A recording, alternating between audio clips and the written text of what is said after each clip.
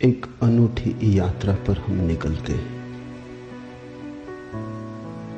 मनुष्य जाति के पास बहुत शास्त्र है, पर अष्टावक्र गीता जैसा शास्त्र नहीं। वेद फीके हैं, उपनिषद बहुत धीमी आवाज में बोलते हैं। गीता में भी ऐसा गौरव नहीं जैसा अष्टावक्र की संहिता में। कुछ बात ही अनूठी है। सबसे बड़ी बात तो यह है कि न समाज, न राजनीति, न जीवन की किसी और व्यवस्था का कोई प्रभाव अष्टावक्र के वचनों पर। इतना शुद्ध भावातीत वक्तव्य, समय और काल से अतीत, दूसरा नहीं। शायद इसीलिए अष्टावक्र की गीता, अष्टावक्र की संहिता का बहुत प्रभाव नहीं पड़ा। कृष्ण की गीता का बहुत प्रभाव पड़ा। पहला कारण, कृष्ण की गीता समन्वय है। सत्य की उतनी चिंता नहीं जितनी समन्वय की चिंता है। समन्वय का आग्रह इतना गहरा है कि अगर सत्य थोड़ा खो भी जाए तो कृष्ण राजी है। कृष्ण की गीता खिचड़ी जैसी है, इसलिए सभी को भाती है, क्योंकि सभी का कुछ ना कुछ उसमें मौजूद है। ऐसा कोई संप्रदाय खोजना मुश्किल है जो गीता में अपनी वाणी न खोज ले। ऐसा कोई व्यक्ति खोजना मुश्किल है जो गीता में अपने लिए कोई सहारा न खोज ले। इन सब के लिए अष्टावक्र की गीता बड़ी कठिन होगी। अष्टावक्र समन्वयवादी नहीं है, सत्यवादी है। सत्य जैसा है वैसा कहा है, बिना किसी लाग लपेट के। सुनने वाले की चिंता नहीं, सुनने वाला समझेगा नहीं समझेगा इसकी भी चिंता नहीं। सत्य का ऐसा शुद्धतम वक्तव्य न पहले कहीं हुआ, न फिर बाद में कभी हो सका। कृष्ण की गीता लोगों को प्रिय है क्योंकि अपना अर्थ निकाल लेना बहुत सुगम है। कृष्ण की गीता काव्यात्मक है। 2-2-5 भी हो सकते हैं, 2-2-3 भी हो सकते हैं। अष्टावक्र के साथ कोई खेल संभव नहीं, वहां 2-2-4 ही होते हैं। अष्टावक्र का वक्तव्य शुद्ध गणित का वक्तव्य है। वहां काव्य को जरा भी जगह नहीं, वहां कविता के लिए जरा सी भी छूट नहीं। जैसा है वैसा कहा है, किसी तरह का समझौता नहीं। कृष्ण की गीता पढ़ो तो भक्त अपना अर्थ निकाल लेता है, क्योंकि कृष्ण ने भक्ति की भी बात की। कर्मयोगी अपना अर्थ निकाल लेता है, क्योंकि कृष्ण ने कर्मयोग की भी बात की। ज्ञानी अपना अर्थ निकाल लेता है, क्योंकि कृष्ण ने ज्ञान की भी बात की। कृष्ण कहीं भक्ति को सर्वश्रेष्ठ कहते हैं, कहीं ज्ञान को सर्वश्रेष्ठ कहते हैं, कहीं कर्म को सर्वश्रेष्ठ कहते हैं। कृष्ण का वक्तव्य बहुत राजनीतिक है। वो राजनेता थे, कुशल राजनेता थे। सिर्फ राजनेता थे इतना ही कहना उचित नहीं, कुटिल राजनीतिज्ञ थे, डिप्लोमैट थे। उनके वक्तव्य में बहुत सी बातों का ध्यान रखा गया, इसलिए सभी को गीता भा जाती है। इसलिए तो गीता पर हजारों टीकाएं हैं, अष्टावक्र पर कोई चिंता नहीं करता। क्योंकि अष्टावक्र के साथ राजी होना हो तो तुम्हें अपने को छोड़ना पड़ेगा। बेशर्त तुम अपने को न ले जा सकोगे, तुम पीछे रहोगे तो ही जा सकोगे। कृष्ण के साथ तुम अपने को ले जा सकते हो। कृष्ण के साथ तुम्हें बदलने की कोई भी जरूरत नहीं। कृष्ण के साथ तुम मौजू पड़ सकते हो। इसलिए सभी सांप्रदायिकों ने कृष्ण की गीता पर टीकाएं लिखी। शंकर ने, रामानुज ने, निम्बारक ने, बल्लभ ने, सबने अपने अर्थ निकाल लिए। कृष्ण ने कुछ ऐसी बात कही है जो बहुअर्थी है, इसलिए मैं कहता हूं काव्यात्मक है। कविता में से मन चाहे अर्थ निकल सकते हैं। कृष्ण का वक्तव्य ऐसा है जैसे वर्षा में बादल गिरते, जो चाहो देख लो। कोई देखता है हाथी की सूंड, कोई चाहे गणेश जी को देख ले। किसी को कुछ भी नहीं दिखाई पड़ता, वो कहता कहां की फिजूल बातें कर रहे हो, बादल है, धुआं, इसमें कैसी आकृतियां देख रहे हो। पश्चिम में वैज्ञानिक मन के परीक्षण के लिए स्याही के धब्बे ब्लॉटिंग पेपर पर डाल देते हैं और व्यक्ति को कहते हैं देखो इसमें क्या दिखाई पड़ता है। व्यक्ति गौर से देखता है, उसे कुछ ना कुछ दिखाई पड़ता है। वहां कुछ भी नहीं है, सिर्फ ब्लॉटिंग पेपर पर स्याही के धब्बे बेतरतीब फेंके गए, सोच विचार के भी फेंके नहीं गए हैं, ऐसे ही बोतल उड़ेल दी है। लेकिन देखने वाला कुछ ना कुछ खोज लेता है। जो देखने वाला खोजता है वो उसके मन में वो आरोपित कर लेता। तुमने भी देखा होगा, दीवार पर वर्षा का पानी पड़ता है, लकीरें खिंच जाती, कभी आदमी की शक्ल दिखाई पड़ती, कभी घोड़े की शक्ल दिखाई पड़ती। तुम जो देखना चाहते हो आरोपित कर लेते हो। रात के अंधेरे में कपड़ा टंगा है, भूत प्रेत दिखाई पड़ जाते। कृष्ण की गीता ऐसी ही है, जो तुम्हारे मन में है दिखाई पड़ जाए। तो शंकर ज्ञान देख लेते हैं, रामानुज भक्ति देख लेते हैं, तिलक कर्म देख लेते हैं, और सब अपने घर प्रसन्नचित्त लौट आते कि ठीक कृष्ण वही कहते हैं जो हमारी मान्यता है। इमर्सन ने लिखा है कि एक बार एक पड़ोसी प्लेटो की किताबें उनसे मांग के ले गया। अब प्लेटो 2000 साल पहले हुआ है और दुनिया के थोड़े से अनूठे विचारकों में से एक। कुछ दिनों बाद इमर्सन ने कहा किताबें पढ़नी हो तो वापस कर लें। वो पड़ोसी लौटा गया। इमर्सन ने पूछा कैसी लगी। उस आदमी ने कहा कि ठीक, इस आदमी प्लेटो के विचार मुझसे मिलते जुलते। कई दफे तो मुझे ऐसा लगा कि इस आदमी को मेरे विचारों का पता कैसे चल गया। प्लेटो 2000 साल पहले हुआ है। इसको शक हो रहा है कि इसने कहीं मेरे विचार तो नहीं चुरा लिए। कृष्ण में ऐसा शक बहुत बार होता है। इसलिए कृष्ण पर सदियां बीत गईं, टीकाएं चलती जाती, हर सदी अपना अर्थ खोज लेती है, हर व्यक्ति अपना अर्थ खोज लेता है। कृष्ण की गीता स्याही के धब्बों जैसी एक कुशल राजनीतिज्ञ का वक्तव्य है। अष्टावक्र की गीता में तुम कोई अर्थ ना खोज पाओगे। तुम अपने को छोड़ के चलोगे तो ही अष्टावक्र की गीता स्पष्ट होगी। अष्टावक्र का सुस्पष्ट संदेश है, उसमें जरा भी तुम अपनी व्याख्या ना डाल सकोगे। इसलिए लोगों ने टीकाएं नहीं लिखी। टीका लिखने की जगह नहीं है, तोड़ने मड़ोड़ने का उपाय नहीं है, तुम्हारे मन के लिए सुविधा नहीं है कि तुम कुछ डाल दो।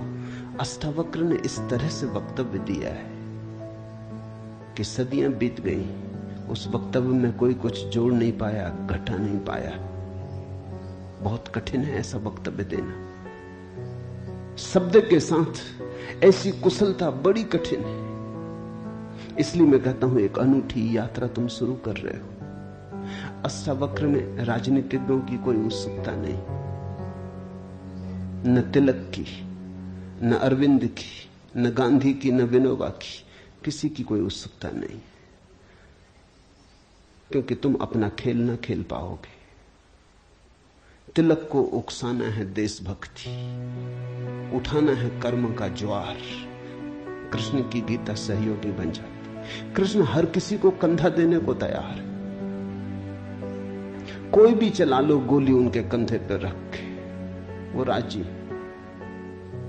कंधा उनका, पीछे छिपने की तुम्हें सुविधा है।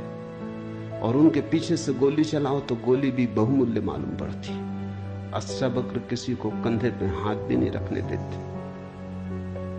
इसलिए गांधी की कोई उत्सुकता नहीं, तिलक की कोई उत्सुकता नहीं, अरविंद विनोबा को कुछ लेना देना नहीं, क्योंकि तुम कुछ थोप ना सकोगे। राजनीति की सुविधा नहीं है।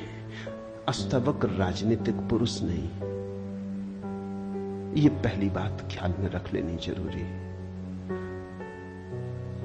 ऐसा सुस्पष्ट खुले आकाश जैसा वक्तव्य जिसमें बादल है ही नहीं, तुम कोई आकृति देख ना पाओगे। आकृति छोड़ोगे, सब बनोगे निराकार, अरूप के साथ जोड़ोगे संबंध, तो अष्टावक्र समझ में आएंगे। अष्टावक्र समझना चाहो तो ध्यान की गहराई में उतरना होगा। कोई व्याख्या से काम होने वाला नहीं। और ध्यान के लिए भी अष्टावक्र नहीं कहते कि तुम बैठ के राम राम जपो।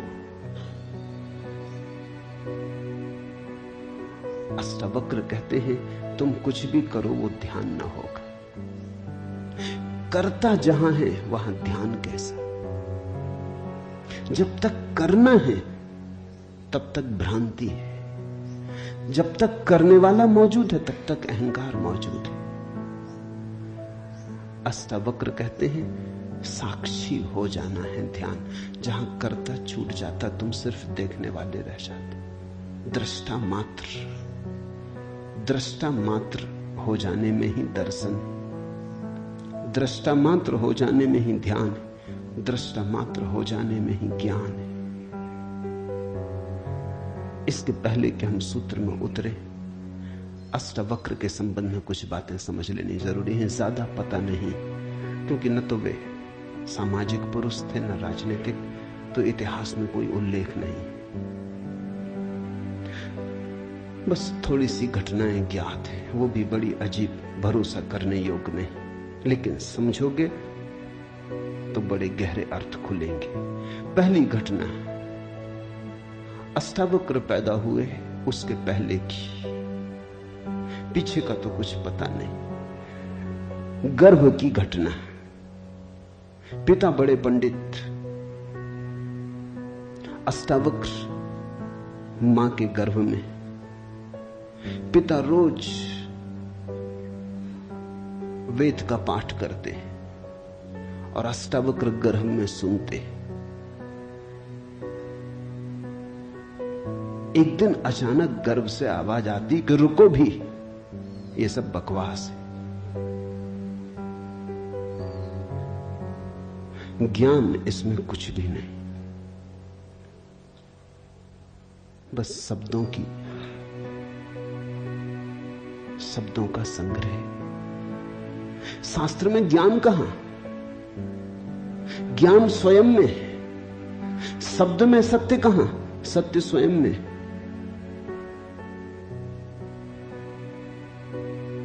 पिता स्वभावतः नाराज हुए। एक तो पिता, फिर पंडित,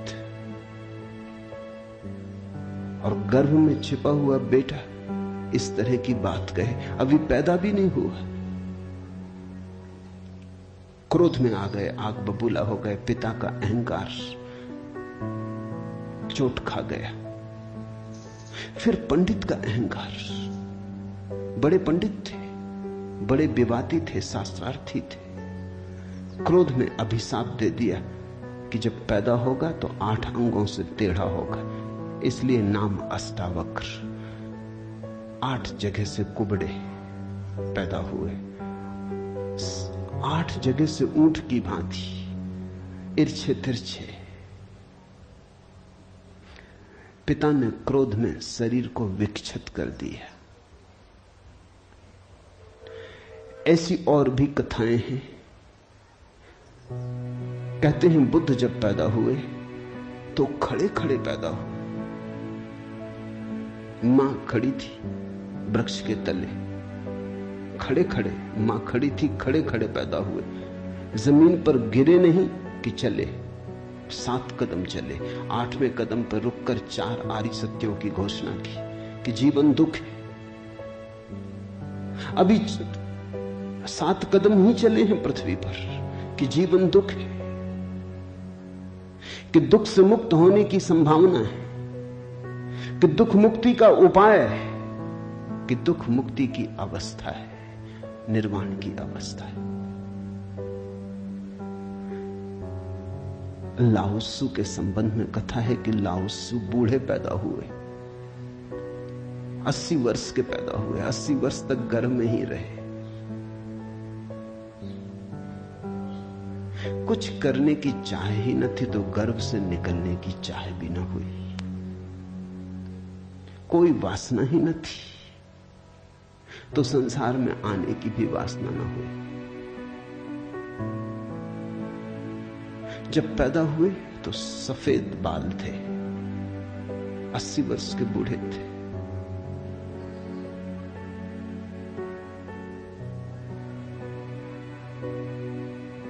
जरथुस्त्र के संबंध में कथा है कि जब जरथुस्त्र पैदा हुए तो पैदा होते से ही खिलखिला के हंसे, मगर इन सबको मात कर दिया अष्टावक्र।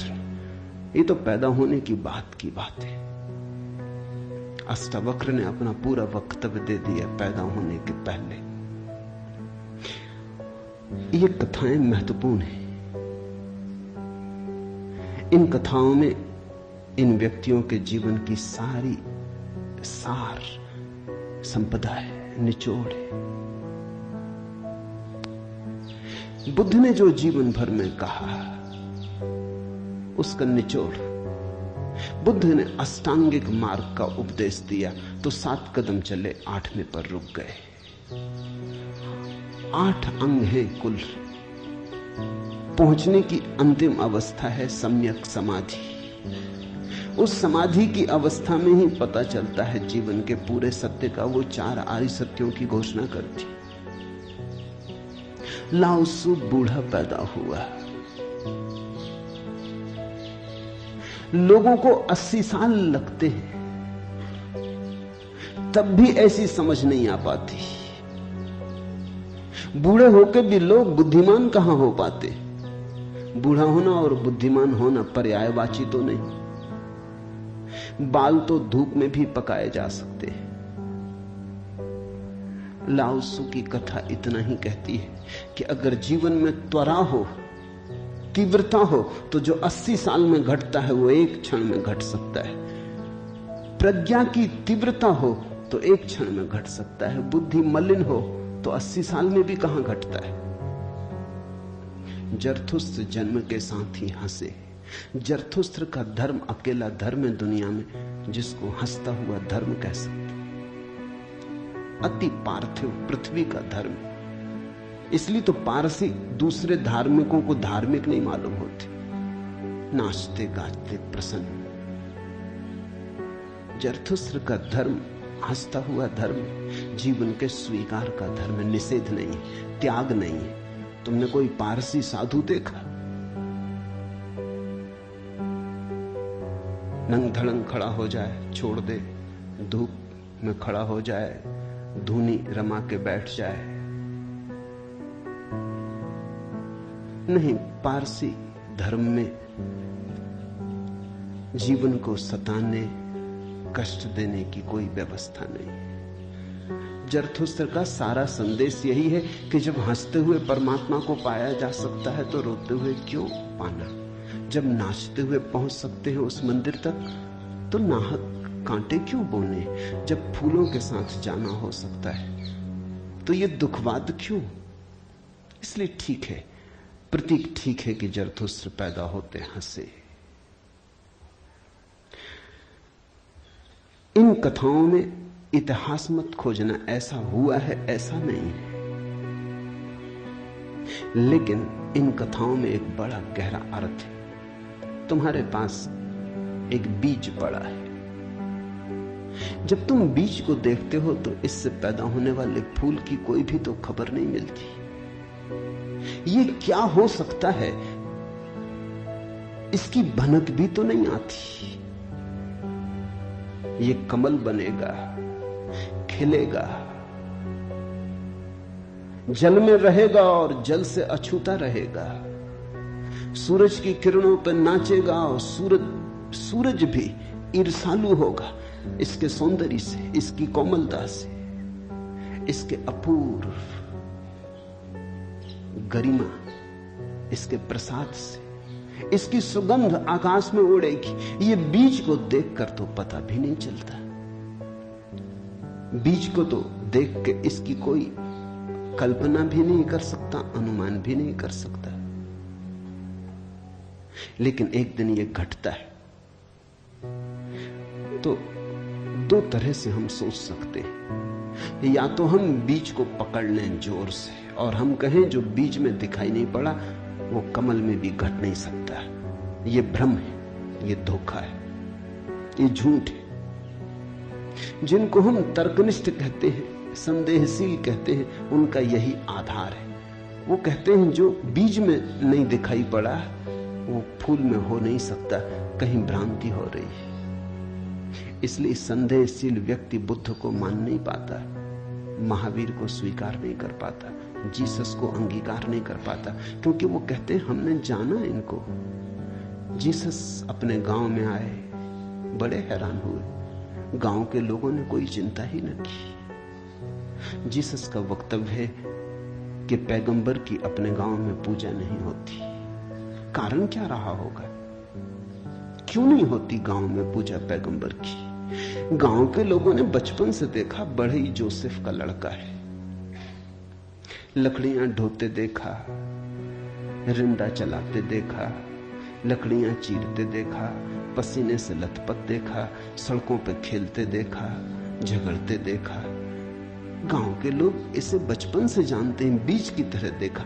आज अचानक ये हो कैसे सकता है कि परमात्मा का पुत्र हो गए? नहीं, जिसने बीज को देखा है वो फूल को मान नहीं पाता। वो कहता है जरूर धोखा होगा, बेईमानी होगी, ये आदमी पाखंडी है। बुद्ध अपने घर वापस लौटे तो पिता, सारी दुनिया को जो दिखाई पड़ रहा था वो पिता को दिखाई नहीं पड़ा। सारी दुनिया अनुभव कर रही थी एक प्रकाश, दूर दूर तक खबरें जा रही थी, दूर देशों से लोग आने शुरू हो गए थे। लेकिन जब वापस बुद्ध घर आए 12 साल बाद, तो पिता ने कहा मैं तुझे अभी भी क्षमा कर सकता हूं, यद्यपि तूने काम तो बुरा किया है, सताया तो तूने हमें, अपराध तो तूने किया, लेकिन मेरे पास पिता का हृदय, मैं माफ कर दूंगा, द्वार तेरे लिए खुले, मगर फेंक ये भिक्षा का पात्र, हटा ये भिक्षु का वेश, ये सब नहीं चलेगा। तो वापस लौटा, ये राज्य तेरा है, मैं बूढ़ा हो गया, इसको कौन संभालेगा? हो गया बचपना बहुत, अब बंद करो ये सब खेल। बुद्ध ने कहा कृपा कर मुझे देखें तो, जो गया था वो वापस नहीं आया है, ये कोई और ही आया है। जो आपके घर पैदा हुआ था वही वापस नहीं आया है, ये कोई और ही आया है, बीज फूल होके आया है। गौर से तो देखो। पिता ने कहा तू मुझे सिखाने चला है। पहले दिन से जब तू पैदा हुआ था तब से तुझे जानता हूं। किसी और को धोखा देना, किसी और को समझा लेना, भ्रम में डाल देना, मुझे तू भ्रम में न डाल पाएगा। मैं फिर कहता हूं, मैं तुझे भली भांति जानता हूं, मुझे कुछ सिखाने को चेष्टा मत कर, क्षमा करने को मैं राजी हूं। बुद्ध ने कहा आप और मुझे जानते हैं, मैं तो स्वयं को भी नहीं जानता था, अभी अभी किरणें उतरी हैं और स्वयं को जानो। क्षमा करे, लेकिन ये मुझे कहना ही पड़ेगा कि जिसको आपने देखा वो मैं नहीं हूं, और जहां तक आपने देखा वो मैं नहीं हूं। बाहर बाहर आपने देखा, भीतर आपने कहां देखा? मैं आपसे पैदा हुआ हूं, लेकिन आपने मुझे निर्मित नहीं किया। मैं आपसे आया हूं जैसे एक रास्ते से कोई राहगीर आता है, लेकिन रास्ता और राहगीर का क्या लेना देना? कल रास्ता कहने लगे कि मैं तुझे पहचानता हूं, तू मेरे हिस्से तो होकर आया। ऐसे ही आप कह रहे हैं आपके पहले भी मैं था, जन्मों जन्मों से मेरी यात्रा चल रही, आपसे गुजरा जरूर, ऐसा मैं औरों से भी गुजरा हूं, और भी मेरे पिता थे, और भी मेरी माताएं थी, लेकिन मेरा होना बड़ा अलग थलग है, कठिन है, बहुत अति कठिन है। अगर बीज देखा तो फूल पे भरोसा नहीं आता, एक तो ढंग है अश्रद्धालु का, तर्कवादी का, संदेहशील का, कि वो कहता है बीज को हम पहचानते हैं तो फूल हो नहीं सकता, हम कीचड़ को जानते हैं उस कीचड़ से कमल हो कैसे सकता है, सब गलत, सपना होगा, भ्रांति होगी, किसी मोहजाल में पड़ गए होगे, किसी ने धोखा दे दिया, कोई जादू, कोई तिलिस्म। एक तो ये रास्ता है। एक रास्ता है श्रद्धालु का, प्रेमी का, भक्त का, सहानुभूति से भरे हृदय का। वो फूल को देखता है और फूल से पीछे की तरफ यात्रा करता है। वो कहता है जब फूल में ऐसा सुगंध हुई, जब फूल में ऐसी विभा प्रकट हुई, जब फूल में ऐसी प्रतिभा, जब फूल में ऐसा कुंवारापन दिखा, तो जरूर बीज में भी रहा होगा। क्योंकि जो फूल में हुआ है वो बीज में न हो तो हो ही नहीं सकता। ये सारी कथाएं घटी हैं ऐसा नहीं। जिन्होंने अष्टावक्र के फूल को देखा, उनको यह ख्याल में आया कि जो आज हुआ है वो कल भी रहा होगा। छिपा था, अवगुंठित था, पर्दे में पड़ा था। जो आज है, अंत में है, वो प्रथम भी रहा होगा। जो मृत्यु के क्षण में दिखाई पड़ रहा है, वो जन्म के क्षण में भी मौजूद रहा होगा, अन्यथा पैदा कैसे होता। तो एक तो ढंग है फूल से पीछे की तरफ देखना, और एक है बीज से आगे की तरफ देखना। गौर से देखो तो दोनों में सार सूत्र एक ही है, दोनों की आधार भित्ति एक ही है, लेकिन कितना जमीन आसमान का अंतर हो जाता है। जो बीज वाला है वो भी ये कह रहा है कि जो बीज में नहीं है वो फूल में कैसे हो सकता है, ये उसका तर्क है। फूल वाला भी यही कह रहा है, वो कह रहा है जो फूल में है वो बीज में भी होना ही चाहिए। दोनों का तर्क तो एक है, लेकिन दोनों के देखने के ढंग अलग है। बड़ी अड़चन। मुझसे कोई पूछता था कि आपके साथ बचपन में बहुत लोग पढ़े होंगे, स्कूल में, कॉलेज में, वे दिखाई नहीं पड़ते। वे कैसे दिखाई पड़ सकते? उनको बड़ी अड़चन है, वो भरोसा नहीं कर सकते, अति कठिन है उन्हें। कल ही मेरे पास रायपुर से किसी ने एक अखबार भेजा, श्री हरिशंकर परसाई ने एक लेख मेरे खिलाफ लिखा है। वो मुझे जानते हैं, कॉलेज के दिनों से जानते हैं, हिंदी के मूर्धन्य व्यंग लेखक हैं। मेरे मन में उनकी कृतियों का आदर है। लेख में उन्होंने लिखा है कि जबलपुर की हवा में कुछ खराबी है। यहां धोखेबाज और धूर्ती पैदा होते, जैसे रजनीश, महेश योगी, मुंदड़ा, 3 नाम उन्होंने गिनाए। धन्यवाद उनका, कम से कम मेरा नाम नंबर 1 तो गिनाया। इतनी याद तो रखी, एकदम बिसार नहीं दिया, बिल्कुल भूल गए हो ऐसा नहीं।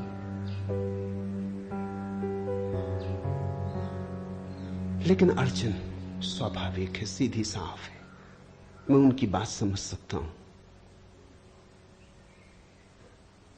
ये असंभव है बीज को देखा तो फूल में भरोसा। फिर जिन्होंने फूल को देखा उन्हें बीज में भरोसा मुश्किल हो जाता है।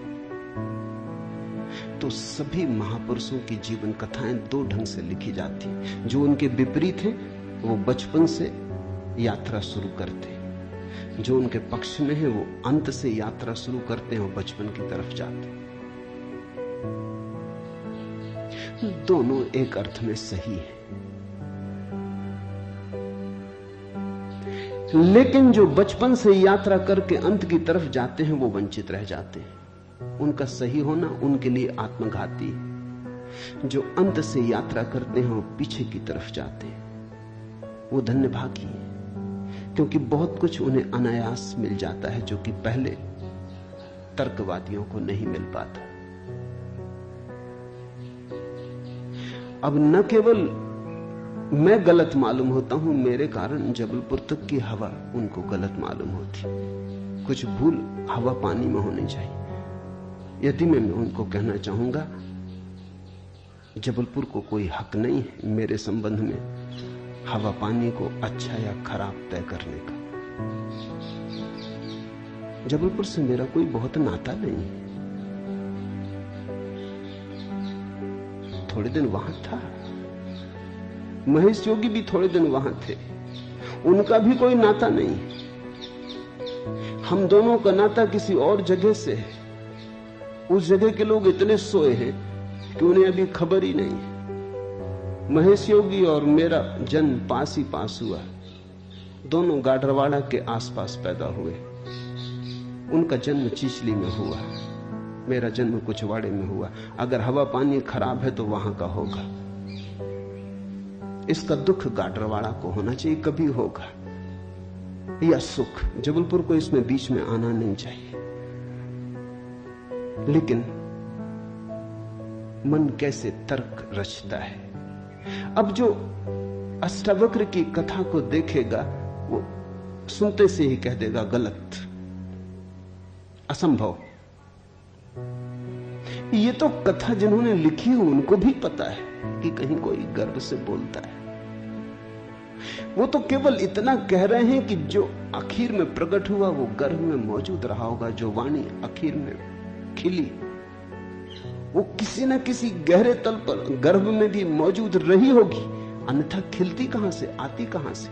सुनने से थोड़ी कुछ आता है, हर चीज के पीछे कारण है। नहीं देख पाए हो हम, लेकिन था तो मौजूद। ये सारी कथाएं इसी का सूचक देती हैं। अष्टावक्र के संबंध में दूसरी बात जो ज्ञात है वो है जब वे 12 वर्ष के थे। बस 2 ही बातें ज्ञात हैं। तीसरी उनकी अष्टावक्र गीता है, या कुछ लोग कहते हैं अष्टावक्र संहिता। जब वे 12 वर्ष के थे तो एक बड़ा विशाल शास्त्रार्थ जनक ने रचा। जनक सम्राट थे और उन्होंने सारे देश के पंडितों को निमंत्रण दिया और उन्होंने 1000 गायें राजमहल के द्वार पर खड़ी कर दी और उन्होंने गायों के सींगों पर सोना मढ़ दिया और हीरे जवाहरात लटका दिए और कहा जो भी विजेता होगा वो इन गायों को हाँक के ले जाए। बड़ा विवाद हुआ। अष्टावक्र के पिता भी उस विवाद में गए। खबर आई सांझ होते होते कि पिता हार रहे हैं। सबसे तो जीत चुके थे, वंदिन नाम के एक पंडित से हारे जा रहे हैं। ये खबर सुन के अष्टावक्र भी राजमहल पहुंच गया। सभा सजी थी, विवाद अपनी आखिरी चरम अवस्था में था, निर्णायक घड़ी करीब आती थी। पिता के हारने की स्थिति बिल्कुल पूरी तय हो चुकी थी। अब हारे तब हारे की अवस्था थी। अष्टावक्र दरबार में भीतर चला गया। पंडितों ने उसे देखा, महापंडित इकट्ठे थे। उसका 8 अंगों से टेढ़ा मेढ़ा शरीर, वो चलता तो भी देख के लोगों को हंसी आती। उसका चलना भी बड़ा हास्यास्पद था। सारी सभा हंसने लगी। अष्टावक्र भी खिल के हंसा। जनक ने पूछा, और सब हंसते हैं वो तो मैं समझ गया क्यों हंसते, लेकिन बेटे तू क्यों हंसा? अष्टावक्र ने कहा, मैं इसलिए हंस रहा हूं कि इन चम्हारों की सभा में सत्य का निर्णय हो रहा है। बड़ा आदमी अनूठा रहा होगा। ये चम्हार यहां क्या कर रहे हैं? सन्नाटा छा गया। चम्हार? सम्राट ने पूछा, तेरा मतलब? उसने कहा, सीधी सी बात है, इनको चमड़ी ही दिखाई पड़ती, मैं नहीं दिखाई पड़ता। मुझसे सीधा साधा आदमी खोजना मुश्किल है, वो तो इनको दिखाई ही नहीं पड़ता। इनको आड़ा टेढ़ा शरीर दिखाई पड़ता है। ये चम्हार है, ये चमड़ी के पारखी। राजन, मंदिर के टेढ़े होने से कहीं आकाश टेढ़ा होता है?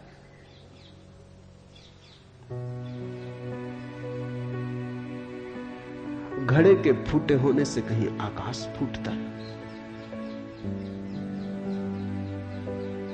आकाश तो निर्विकार है, मेरा शरीर टेढ़ा मेढ़ा है, लेकिन मैं तो नहीं। ये जो भीतर बसा है इसकी तरफ तो देखो। इससे तुम सीधा साधा और कुछ खोज ना सकोगे।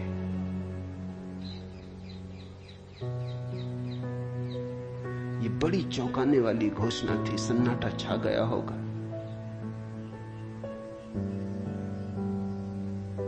जनक प्रभावित हुआ, झटका खाया। निश्चित ही कहां चम्हारों की भीड़ इकट्ठी करके बैठा है। खुद पे भी पश्चाताप हुआ, अपराध लगा कि मैं भी हंसा। उस दिन तो कुछ न कहते बना, लेकिन दूसरे दिन सुबह जब सम्राट घूमने निकला था तो राह पर अष्टावक्र दिखाई पड़ा। उतरा, घोड़े से पैरों में गिर पड़ा। सबके सामने तो हिम्मत न जुटा पाया। एक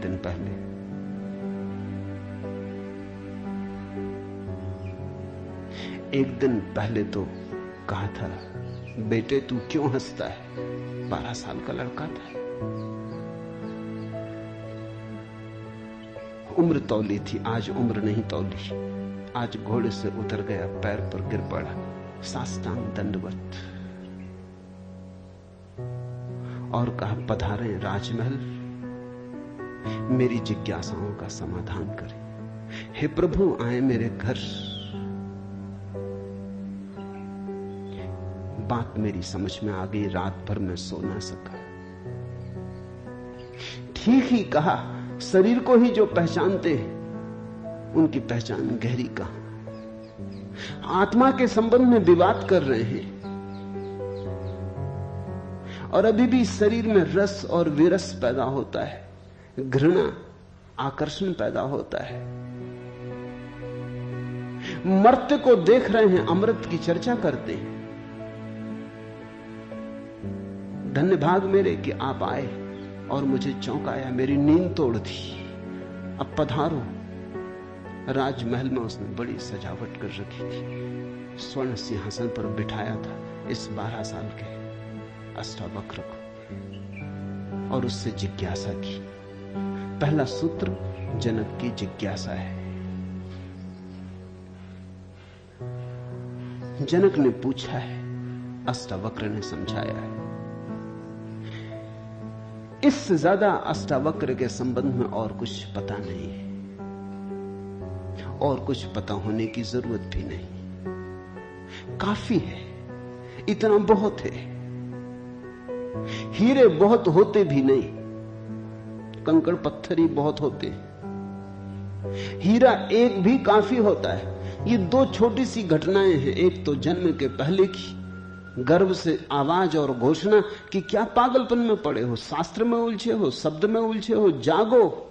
ये ज्ञान नहीं है, ये सब उधार है, ये सब बुद्धि का ही जाल है, अनुभव नहीं है। इसमें रंच मात्र भी सार नहीं है। कब तक अपने को भरमाए रखोगे?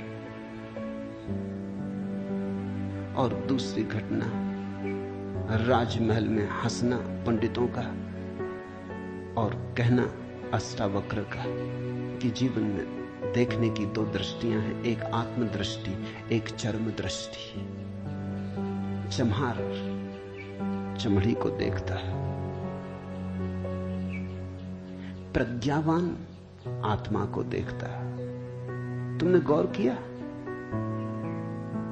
चम्हार तुम्हारे चेहरे की तरफ देखते नहीं, वो जूते को ही देखता। असल में चम्हार जूते को देख के सब पहचान लेता तुम्हारे संबंध में कि आर्थिक हालत कैसी है, सफलता मिल रही कि विफलता मिल रही, भाग्य कैसा चल रहा, वो सब जूते में लिखा है। जूते की सिलवटें कह देती, जूते की दशा कह देती। जूते में तुम्हारी आत्मकथा लिखी, चम्हार पढ़ लेता। जूते में चमक, जूते का ताजा और नया होना, चम्हार तुमसे प्रसन्नता से मिलता है। जूता ही उसके लिए तुम्हारी आत्मा का सबूत है। दर्जी कपड़े देखता है, तुम्हारा कोट कपड़ा देख के समझ लेता हालत कैसी। सबकी अपनी बंधी हुई दृष्टियां हैं। सिर्फ आत्मवान ही आत्मा को देखता है। उसकी कोई दृष्टि नहीं है, उसके पास दर्शन है। एक छोटी घटना और जो अष्टावक्र के जीवन से संबंधित नहीं, रामकृष्ण और विवेकानंद के जीवन से संबंधित है, लेकिन अष्टावक्र से उसका जोड़ है। फिर हम सूत्रों में प्रवेश करें। विवेकानंद रामकृष्ण के पास आए तब उनका नाम नरेंद्रनाथ था। विवेकानंद बाद में रामकृष्ण ने उनको पुकारा। जब आए रामकृष्ण के पास तो अति विवादी थे, नास्तिक थे, तर्कवादी थे, हर चीज के लिए प्रमाण चाहते थे। कुछ चीजें हैं जिनके लिए कोई प्रमाण नहीं, मजबूरी है। परमात्मा के लिए कोई प्रमाण नहीं है और प्रमाण नहीं, प्रेम के लिए कोई प्रमाण नहीं है और प्रमाण नहीं, सौंदर्य के लिए कोई प्रमाण नहीं है और प्रमाण नहीं है। अगर मैं कहूं देखो ये खजूरेना के वृक्ष कैसे सुंदर, और तुम कहो हमें तो कोई सौंदर्य दिखाई नहीं पड़ता, वृक्ष जैसे वृक्ष, सिद्ध करें, मुश्किल हो जाएगी। कैसे सिद्ध करें कि सुंदर है? सुंदर होने के लिए सौंदर्य की परख चाहिए और तो कोई उपाय नहीं, आंख चाहिए और तो कोई उपाय नहीं। कहते हैं मजनू ने कहा कि लैला को जानना हो तो मजनू की आंख चाहिए। ठीक कहा, लैला को देखने का और कोई उपाय ही नहीं। मजनू को बुलाया था उसके गांव के राजा ने और कहा था तू पागल है, मैं तेरी लैला को जानता हूं, साधारण सी लड़की है, काली कलूटी, कुछ खास नहीं, तुझ पे मुझे दया आती। ये मेरे राजमहल की 12 लड़कियां खड़ी, ये इस देश की सुंदरतम स्त्रियां हैं, इनमें से तू कोई भी चुन ले, ये तुझे रोते देख के मेरा भी प्राण रोता है। उसने देखा और उसने कहा इनमें तो लैला कोई भी नहीं, ये तो लैला के मुकाबले तो दूर, उसके चरण की धूल भी नहीं। सम्राट कहने लगा मजनू तू पागल है। मजनू ने कहा यह हो सकता है, लेकिन एक बात आपसे कहना चाहता हूं, लैला को देखना हो तो मजनू की आंख चाहिए।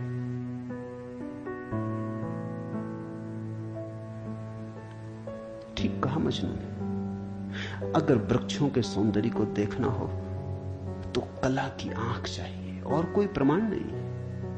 अगर किसी के प्रेम को पहचानना हो तो प्रेमी का हृदय चाहिए और कोई प्रमाण नहीं।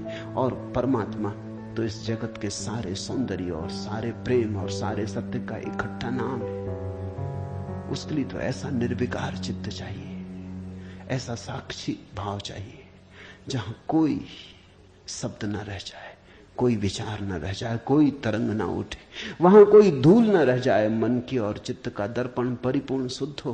प्रमाण कहां? रामकृष्ण से विवेकानंद ने कहा प्रमाण चाहिए, है परमात्मा तो प्रमाण थे।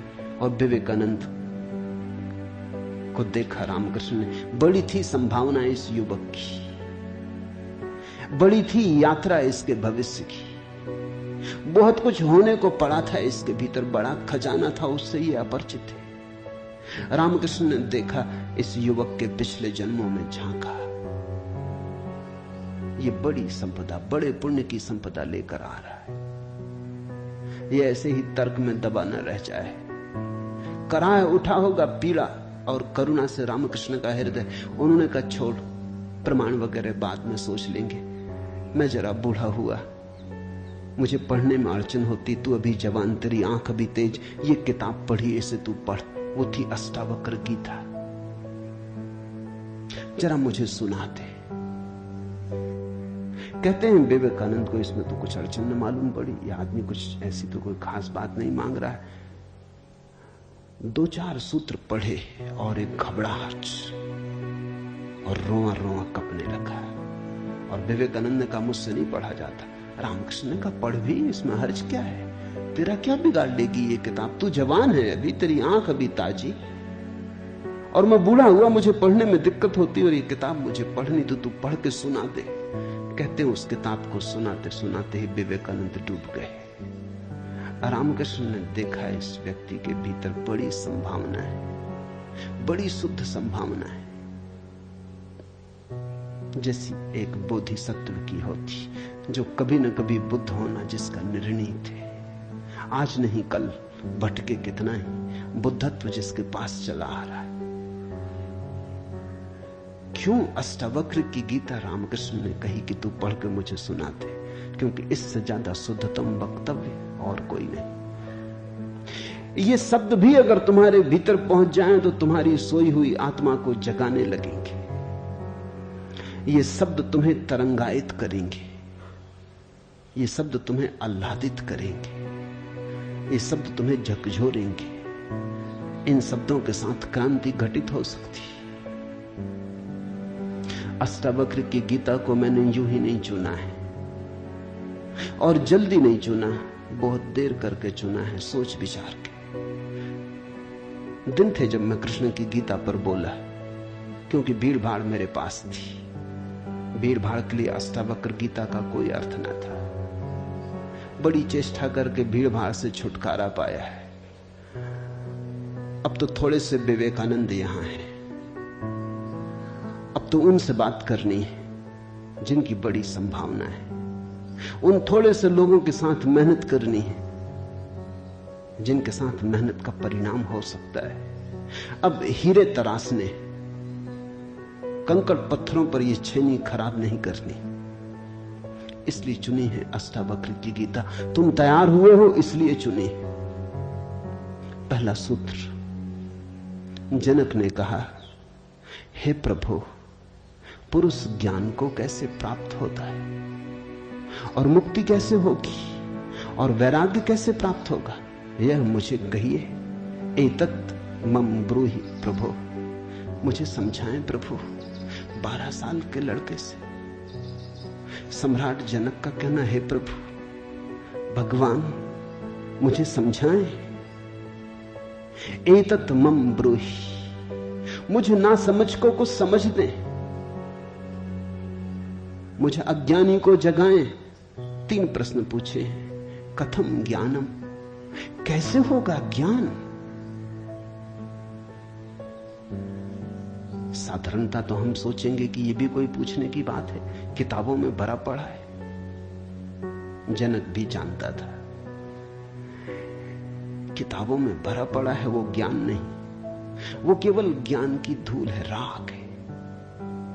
ज्ञान की ज्योति जब जलती है तो पीछे राख छूट जाती, राख इकट्ठी होती चली जाती, शास्त्र बन जाती। वेद राख है।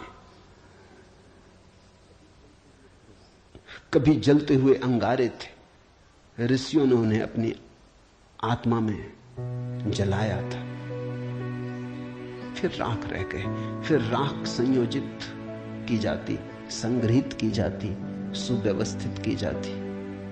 जैसे जब आदमी मर जाता है तो हम उसकी राख इकट्ठी कर लेते हैं, उसको फूल कहते हैं। बड़े मजेदार लोग हैं जिंदगी में जिसको फूल नहीं कहा। उसकी हड्डी वड्डियां इकट्ठी कर लाते हैं, कहते फूल संजोला है, फिर संभाल कर रखते, मंजूसा बनाते। जिसको जिंदगी में कभी फूल का आदर नहीं दिया, जिसको जिंदगी में कभी फूल की तरह देखा नहीं, जब मर जाता है आदमी पागल है, तब उसकी हड्डी को, राख को फूल कहते। ऐसे ही जब कोई बुद्ध जीवित होता है तब तुम सुनते नहीं। जब कोई महावीर तुम्हारे बीच से गुजरता है तब तुम नाराज होते हो। लगता है यह आदमी तुम्हारे सपने तोड़ रहा है या तुम्हारी नींद में दखल डाल रहा है। ये कोई जगाने का वक्त है? अभी अभी तो सपना आना शुरू हुआ था, अभी अभी तो जरा जीतना शुरू किया था जिंदगी में, अभी अभी तो दांव ठीक लगने लगे थे, तीर ठीक ठीक जगह पड़ने लगा था, और ये सज्जन आ गए। ये कहते हैं सब आसार है। अभी अभी तो चुनाव जीते थे, पद पे पहुंचने का रास्ता बना था, और ये महापुरुष आ गए। ये कहते हैं ये सब सपना है, इसमें कुछ सार नहीं, मौत आएगी सब छीन लेगी। छोड़ो भी, जब मौत आएगी तब देखेंगे, बीच में तो इस तरह की बातें मत उठाओ।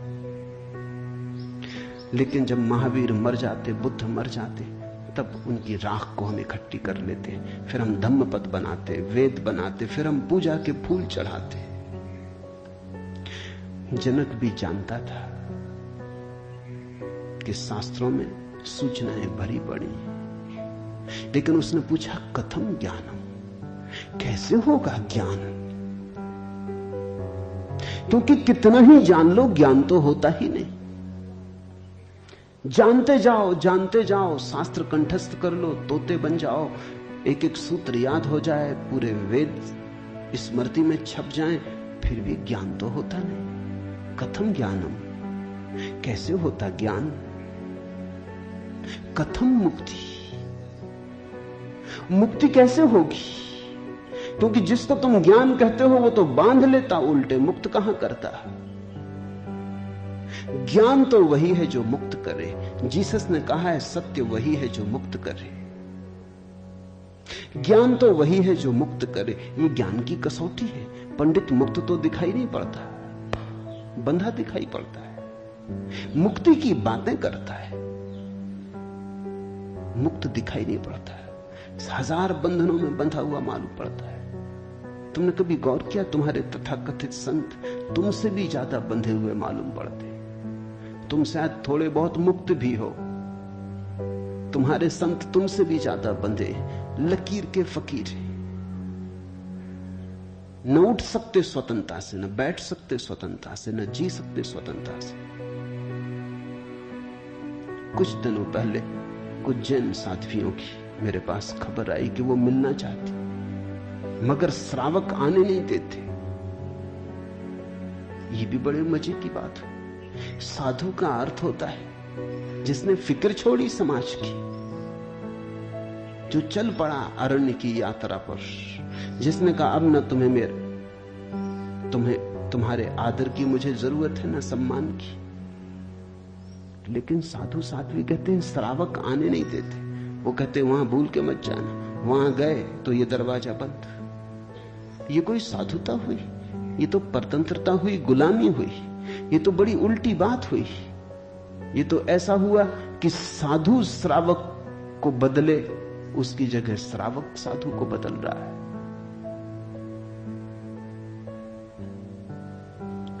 एक मित्र ने आके मुझे कहा, एक जैन साध्वी आपकी किताबें पढ़ती लेकिन चोरी से,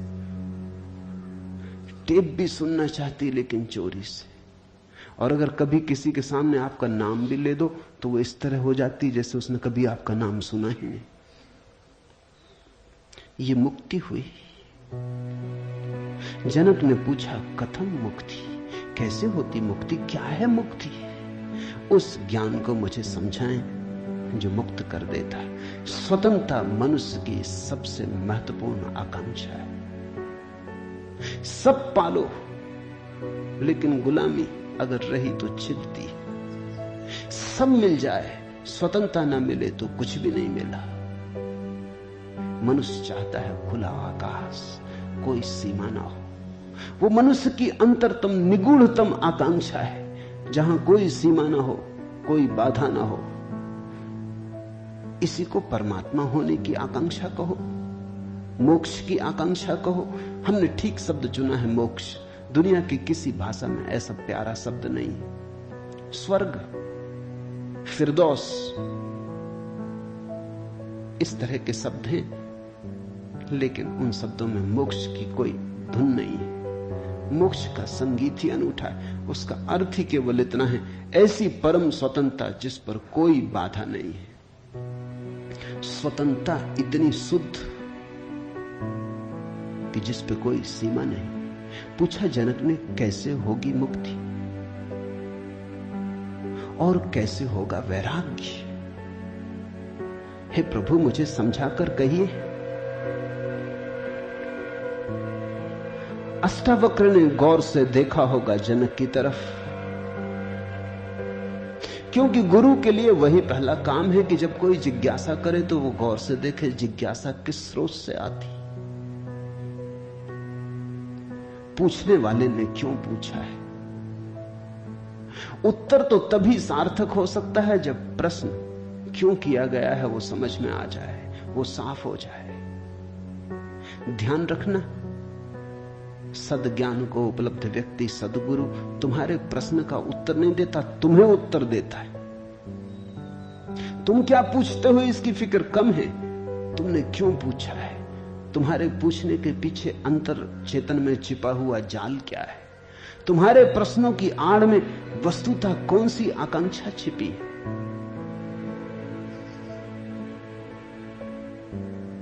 दुनिया में 4 तरह के लोग हैं, ज्ञानी, मुमुक्षु, अज्ञानी, मूढ़।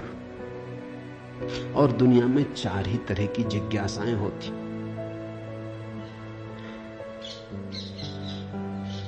ज्ञानी की जिज्ञासा तो निःशब्द होती, कहना चाहिए ज्ञानी की जिज्ञासा तो जिज्ञासा होती ही नहीं। जान लिया, जानने को कुछ बचा नहीं, पहुंच गए, चित्त निर्मल हुआ, शांत हुआ, घर लौट आए, विश्राम में आ गए। तो ज्ञानी की जिज्ञासा तो जिज्ञासा जैसी होती ही नहीं। इसका यह अर्थ नहीं कि ज्ञानी सीखने को तैयार नहीं होता। ज्ञानी तो सरल छोटे बच्चे की भांति हो जाता है, सदा तत्पर सीखने को। जितना ज्यादा तुम सीख लेते हो उतनी ही सीखने की तत्परता बढ़ जाती। जितने तुम सरल और निष्कपट होते चले जाते हो उतने ही सीखने के लिए तुम खुल जाते हो। आए हवाएं तुम्हारे द्वार खुले पाती, आए सूरज तुम्हारे द्वार पर दस्तक नहीं देनी पड़ती, आए परमात्मा तुम्हें सदा तत्पर पाता है। ज्ञानी ज्ञान को संग्रहित नहीं करता, ज्ञानी सिर्फ ज्ञान की क्षमता को उपलब्ध होता है। इस बात को ठीक से समझ लेना, क्योंकि पीछे ये काम पड़ेगी। ज्ञानी का केवल इतना ही अर्थ है कि जो जानने के लिए बिल्कुल खुला है, जिसका कोई पक्षपात नहीं, जानने के लिए जिसके पास कोई पर्दा नहीं, जिसके पास जानने के लिए कोई पूर्व नियोजित योजना ढांचा नहीं। ज्ञानी का अर्थ है ध्यानी, जो ध्यानपूर्ण है। तो देखा होगा अष्टावक्र ने गौर से जनक में झांक के, ये व्यक्ति ज्ञानी तो नहीं, ये ध्यान को तो उपलब्ध नहीं हुआ है। अन्यथा इसकी जिज्ञासा मौन होती, उसमें शब्द ना होते। बुद्ध के जीवन में उल्लेख है, एक फकीर मिलने आया, एक साधु मिलने आया, एक परिव्राजक घुमक्कड़। उसने आके बुद्ध से कहा, पूछने योग्य शब्द मेरे पास नहीं, क्या पूछना चाहता हूं उसे शब्दों में बांधने की मेरे पास कोई कुशलता नहीं। आप तो जानते ही हैं, समझ ले, जो मेरे योग को कहते हैं। ये ज्ञानी की जिज्ञासा है। बुद्ध चुप बैठे रहे, उन्होंने कुछ भी ना कहा। घड़ी भर बाद जैसे कुछ घटा। वो जो आदमी चुपचाप बैठा बुद्ध की तरफ देखता रहा था, उसकी आंख से आंसू की धार लग गई। चरणों में झुका, नमस्कार किया और कहा, धन्यवाद, खूब धन्यभागी हूं, जो लेने आया था आपने दिया। उठ के चला भी गया। उसके चेहरे पे अपूर्व आभा थी, वो नाचता हुआ गया। बुद्ध के आसपास के शिष्य बड़े हैरान हुए। आनंद ने पूछा, बनते भगवान, पहेली हो गई। पहले तो याद नहीं, कहता है कि मुझे पता नहीं कैसे पूछूं, पता नहीं किन शब्दों में पूछूं, ये भी पता नहीं क्या पूछने आया हूं। फिर आप तो जानते ही हैं सब, देख लें, मुझे जो मेरे लिए जरूरी हो कह दें। पहले तो ये आदमी ही जरा पहेली था, ये कोई ढंग हुआ पूछने का। और जब तुम्हें यही पता नहीं कि क्या पूछना, तो पूछना ही क्यों? पूछना क्या? खूब रही, फिर यही बात खत्म ना हुई, आप चुप बैठे सो चुप बैठे रह गए। आपको ऐसा कभी मौन देखा नहीं? कोई पूछता तो आप उत्तर देते। कभी कभी तो ऐसा होता कोई नहीं भी पूछता तो भी आप उत्तर देते। आपकी करुणा सदा बहती रहती। क्या हुआ अचानक कि आप चुप रह गए और आंख बंद हो गई? और फिर क्या रहस्यमय घटा कि वो आदमी रूपांतरित होने लगा। हमने उसे बदलते देखा, हमने उसे किसी और ही रंग में डूबते देखा, उसमें मस्ती आते देखी। वो नाचता हुआ गया है, आंसुओं से भरा हुआ, गदगद आह्लादित, वो चरणों में झुका, उसकी सुगंध हमें भी छुई। ये हुआ क्या? आप कुछ बोले नहीं, उसने सुना कैसे? और हम तो इतने दिनों से, वर्षों से आपके पास हैं। हम पर आपकी कृपा कम है क्या? ये प्रसाद जो उसे दिया हमें क्यों नहीं मिलता? लेकिन ध्यान रहे उतना ही मिलता है जितना तुम ले सकते हो। बुद्ध ने कहा, सुनो, घोड़े, आनंद से घोड़े की बात की क्योंकि आनंद छत्री था, बुद्ध का चचेरा भाई था और बचपन से ही घोड़े का बड़ा शौक था। उसे घुड़सवार था, प्रसिद्ध घुड़सवार था, प्रतियोगी था बड़ा। उसने कहा, सुन आनंद, बुद्ध ने कहा, घोड़े 4 प्रकार के होते। एक तो मारो भी तो भी टस से मस नहीं होते। रद्दी से रद्दी घोड़े, जितना मारो उतना ही हठयोगी हो जाते हैं, बिल्कुल हट बांध के खड़े हो जाते। तुम मारो तो वो जिद बना लेते हैं कि देखें कौन जीतता। फिर दूसरे तरह के घोड़े होते हैं, मारो तो चलते हैं, न मारो तो नहीं चलते, कम से कम पहले से बेहतर। फिर तीसरे तरह के घोड़े होते हैं, कोड़ा फटकारो, मारना काफी जरूरी नहीं, सिर्फ कोड़ा फटकारो, आवाज काफी। और भी कुलीन होते, दूसरे से भी बेहतर। फिर आनंद, तुझे जरूर पता होगा, ऐसे भी घोड़े होते हैं कि कोड़े की छाया देख के भागते हैं, फटकारना भी नहीं पड़ता। ये ऐसा ही घोड़ा था, छाया काफी। अष्टावक्र ने देखा होगा गौर से। जब तुम आके मुझसे कुछ पूछते हो तो तुम्हारे प्रश्न से ज्यादा महत्वपूर्ण सवाल तुम हो।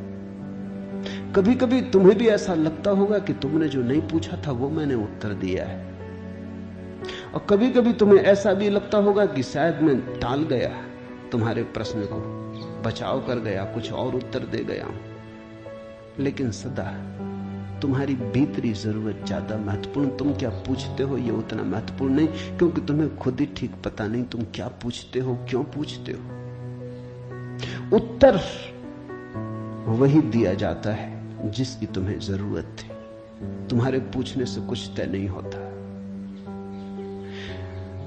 देखा होगा अष्टावक्र ने ज्ञानी तो नहीं है जनक, अज्ञानी है फिर क्या? अज्ञानी भी नहीं, क्योंकि अज्ञानी तो अकड़ा से भरा होता है। अज्ञानी तो झुकना जानता ही नहीं। ये तो मुझ 12 साल की उम्र के लड़के के पैरों में झुक गया, साष्टांग दंडवत की। ये अज्ञानी के लिए असंभव है। अज्ञानी तो समझता है कि मैं जानता ही हूं, मुझे कौन समझाएगा। अज्ञानी अगर कभी पूछता भी है तो तुम्हें गलत सिद्ध करने को पूछता है, क्योंकि अज्ञानी तो ये मान के चलता है कि पता तो मुझे है ही, देखें इनको भी पता है या नहीं। अज्ञानी परीक्षा के लिए पूछता है। नहीं, इसकी आंखें जनक की तो बड़ी निर्मल है। मुझ 12 साल के अनजान अपरिचित लड़के को सम्राट होते हुए भी इसने कहा, एतत् मम ब्रूहि प्रभो, हे प्रभु मुझे समझा के कहें। नहीं, ये विनयशील है, अज्ञानी तो नहीं। मूढ़ है क्या फिर? मूढ़ तो पूछते ही नहीं। मूढ़ों को तो पता ही नहीं कि जीवन में कोई समस्या है। मूढ़ और बुद्ध पुरुषों में एक समानता है, बुद्ध पुरुषों के लिए कोई समस्या नहीं रही, मूढ़ों के लिए अभी समस्या उठी ही नहीं। बुद्ध पुरुष समस्या के पार हो गए, मूढ़ अभी समस्या के बाहर। मूढ़ तो इतना मूर्छित है, उसे कहां सवाल कथम ज्ञानम, मूढ़ पूछेगा कथम मुक्ति, मूढ़ पूछेगा कैसे होगा वैराग्य, मूढ़ पूछेगा असंभव। मूढ़ अगर पूछेगा भी तो पूछता है राग में सफलता कैसे मिलेगी। मूढ़ अगर पूछता भी है तो पूछता है संसार में और थोड़े ज्यादा दिन कैसे रहना हो जाए, मुक्ति नहीं। मूढ़ पूछता है बंधन सोने के कैसे बने, बंधन में हीरे जवाहरात कैसे जड़े। मूढ़ पूछता भी है तो ऐसी बातें पूछता है। ज्ञान, मूढ़ तो मानता ही नहीं कि ज्ञान हो सकता है, वो तो संभावना को स्वीकार नहीं करता, वो तो कहता कैसा ज्ञान। मूढ़ तो पशुवत जीता है। नहीं, ये जनक मूढ़ भी नहीं है, मुमुक्षु है। मुमुक्षु शब्द समझना जरूरी है। मोक्ष की आकांक्षा मुमुक्षा। अभी मोक्ष के पास नहीं पहुंचा, ज्ञानी नहीं, मोक्ष के प्रति पीठ करके नहीं खड़ा, मूढ़ नहीं है। मोक्ष के संबंध में कोई धारणाएं पकड़ के नहीं बैठा, अज्ञानी भी नहीं है, मुमुक्षु है। मुमुक्षु का अर्थ है सरल है इसकी जिज्ञासा, न मूढ़ता से अपवित्र हो रही है, न अज्ञानपूर्ण धारणाओं से विकृत हो रही है। शुद्ध है इसकी जिज्ञासा, सरल चित्त से पूछा है।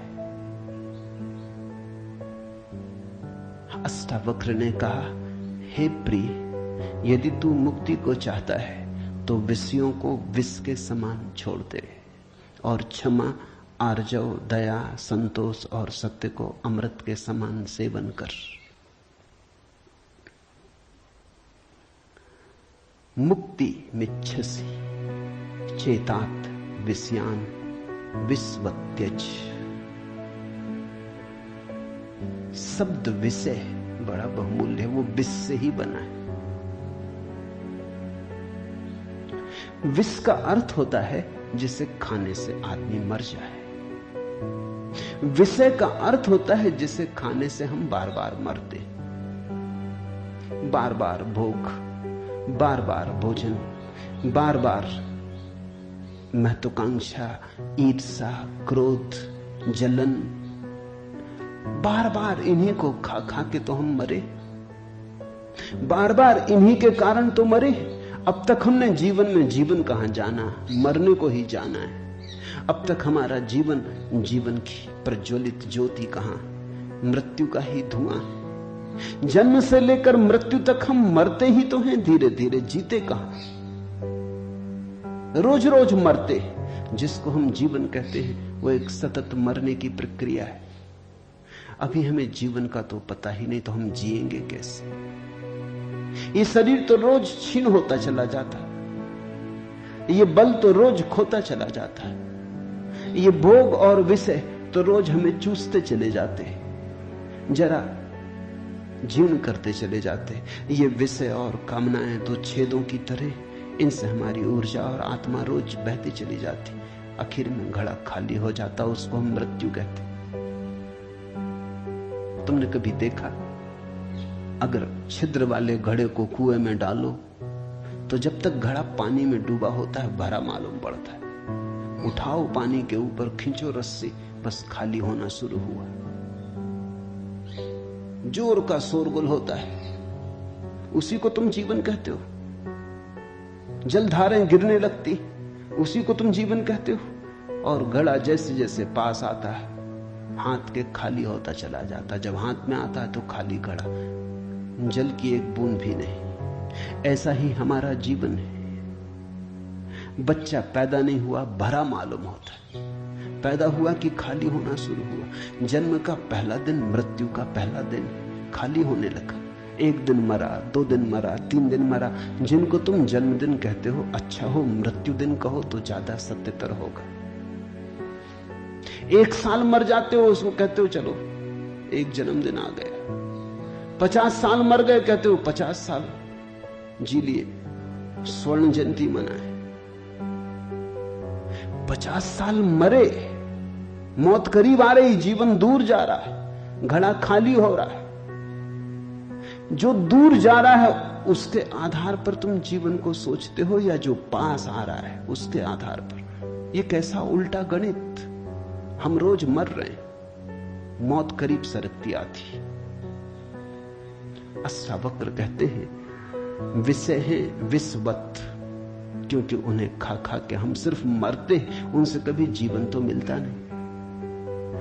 यदि तू मुक्ति चाहता है हे तात, हे प्रिय, तो विषयों को विष के समान छोड़ दे और क्षमा, आर्जव, दया, संतोष और सत्य को अमृत के समान सेवन कर। अमृत का अर्थ होता है जिससे जीवन मिले, जिससे अमृतत्व मिले, जिससे उसका पता चले जो फिर कभी नहीं मरेगा।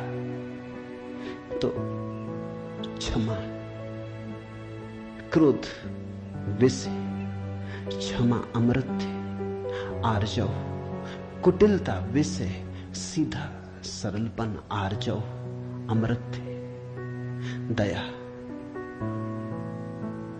कठोरता, क्रूरता विष है, दया, करुणा अमृत है, संतोष, असंतोष का कीड़ा खाए चला जाता। असंतोष का कीड़ा हृदय में कैंसर की तरह फैलता चला जाता है, विष को फैलाए चले जाता है। संतोष जो है उससे तृप्ति, जो नहीं है उसकी आकांक्षा नहीं। जो है वो काफी से ज्यादा है, वो है ही काफी से ज्यादा। आंख खोलो जरा देखो, संतोष कोई थोपना नहीं है ऊपर जीवन को। जरा गौर से देखो, तुम्हें जो मिला है वो तुम्हारी जरूरत से सदा ज्यादा है। तुम्हें जो चाहिए वो मिलता ही रहा है। तुमने जो चाहा है वो सदा मिल गया है। तुमने दुख चाहा है तो दुख मिल गया है, तुमने सुख चाहा है तो सुख मिल गया है। तुमने गलत चाहा तो गलत मिल गया है। तुम्हारी चाह ने तुम्हारे जीवन को रचा है। चाह बीज है, फिर जीवन उसकी फसल है। जन्मों जन्मों में जो तुम चाहते रहे हो वही तुम्हें मिलता रहा है। कई बार तुम सोचते हो हम कुछ और चाह रहे हैं, जब मिलता है तो कुछ और मिलता है। तो तुम्हारे चाहने में भूल नहीं हुई है, सिर्फ तुमने चाहने के लिए गलत शब्द चुन लिया था। जैसे तुम चाहते हो सफलता, मिलती है विफलता, तुम कहते हो विफलता मिल रही, चाहिए तो सफलता थी। लेकिन जिसने सफलता चाही उसने विफलता को स्वीकार कर ही लिया। वो विफलता से भीतर डर ही गया है। विफलता के कारण ही तो सफलता चाह रहा है। और जब जब सफलता चाहेगा तब तक विफलता का ख्याल आएगा। विफलता का ख्याल भी मजबूत होता चला जाएगा। सफलता तो कभी मिलेगी, लेकिन रास्ते पर यात्रा तो विफलता में ही बीतेगी। विफलता का भाव संघरीभूत होगा। वो इतना संघरीभूत हो जाएगा कि वही एक दिन प्रकट हो जाएगा। तब तुम कहते हो कि हमने तो सफलता चाही थी, लेकिन सफलता के चाहने में तुमने विफलता को चाह लिया। लाओजू ने कहा है सफलता चाहिए विफलता मिलेगी। अगर सचमुच सफलता चाहिए हो, सफलता चाहना ही मत, फिर तुम्हें कोई विफल नहीं कर सकता। तुम कहते हो हमने सम्मान चाहा था, अपमान मिल रहा है। सम्मान चाहता ही वही व्यक्ति है जिसका अपने प्रति कोई सम्मान नहीं। वही तो दूसरों से सम्मान चाहता है। अपने प्रति जिसका अपमान है वही तो दूसरों से अपने अपमान को भर लेना चाहता है, ढांक लेना चाहता है। सम्मान की आकांक्षा इस बात की खबर है कि तुम अपने भीतर अपमानित अनुभव कर रहे हो। तुम्हें अनुभव हो रहा है कि मैं कुछ भी नहीं हूं, दूसरे मुझे कुछ बना दे, सिंहासन पे बिठा दे, फताकाएं फहरा दे, झंडे उठा ले मेरे नाम के, दूसरे कुछ कर दे। तुम भिखमंगे हो। तुमने अपना अपमान तो खुद कर लिया जब तुमने सम्मान चाहा, और यह अपमान गहन होता जाएगा। लाओसू कहता है मेरा कोई अपमान नहीं कर सकता क्योंकि मैं सम्मान चाहता ही नहीं। ये सम्मान को पा लेना है। लाओजू कहता है मुझे कोई हरा नहीं सकता, क्योंकि जीत की हमने बात ही छोड़ दी। अब हराओगे कैसे? तुम उसी को हरा सकते हो जो जीतना चाहता है। अब ये जरा उलझा हुआ हिसाब है। इस दुनिया में सम्मान उन्हें मिलता है जिन्होंने सम्मान नहीं चाहा। सफलता उन्हें मिलती है जिन्होंने सफलता नहीं चाही, क्योंकि जिन्होंने सफलता नहीं चाही उन्होंने तो स्वीकार ही कर लिया कि सफल तो हम हैं ही, अब और चाहना क्या है। सम्मान तो हमारे भीतर आत्मा का है ही, अब और चाहना क्या है। परमात्मा ने सम्मान दे दिया तुम्हें पैदा करके, अब और किसका सम्मान चाहते हो? परमात्मा ने तुम्हें काफी गौरव दे दिया, जीवन दिया, ये सौभाग्य दिया कि आंख खोलो, देखो हरे वृक्षों को, फूलों को, पक्षियों को, कान दिए सुनो संगीत को, जलप्रपात के मरमर को, बोध दिया कि बुद्ध हो सको। अब और क्या चाहते हो? सम्मानित तो तुम हो गए, परमात्मा ने तुम्हें प्रमाण पत्र दिया। तुम भिखारी की तरह किन से प्रमाण पत्र मांग रहे हो? उनसे जो तुमसे प्रमाण पत्र मांग रहे हैं। ये बड़ा मजेदार मामला है। दो भिखारी एक दूसरे के सामने खड़े भीख मांग रहे हैं। ये भीख मिलेगी कैसे? दोनों भिखारी हैं। तुम किससे सम्मान मांग रहे हो? किसके सामने खड़े हो? ये अपमान कर रहे हो तुम अपना, और यही अपमान गहन होता जाएगा। संतोष का अर्थ होता है देखो जो तुम्हारे पास है, देखो जरा आंख खोल के जो तुम्हें मिला ही है। ये अष्टावक्र की बड़ी बहुमूल्य कुंजी है, ये धीरे धीरे तुम्हें साफ होगी। अष्टावक्र की दृष्टि बड़ी क्रांतिकारी है, बड़ी अनूठी, जड़ मूल से क्रांति की है।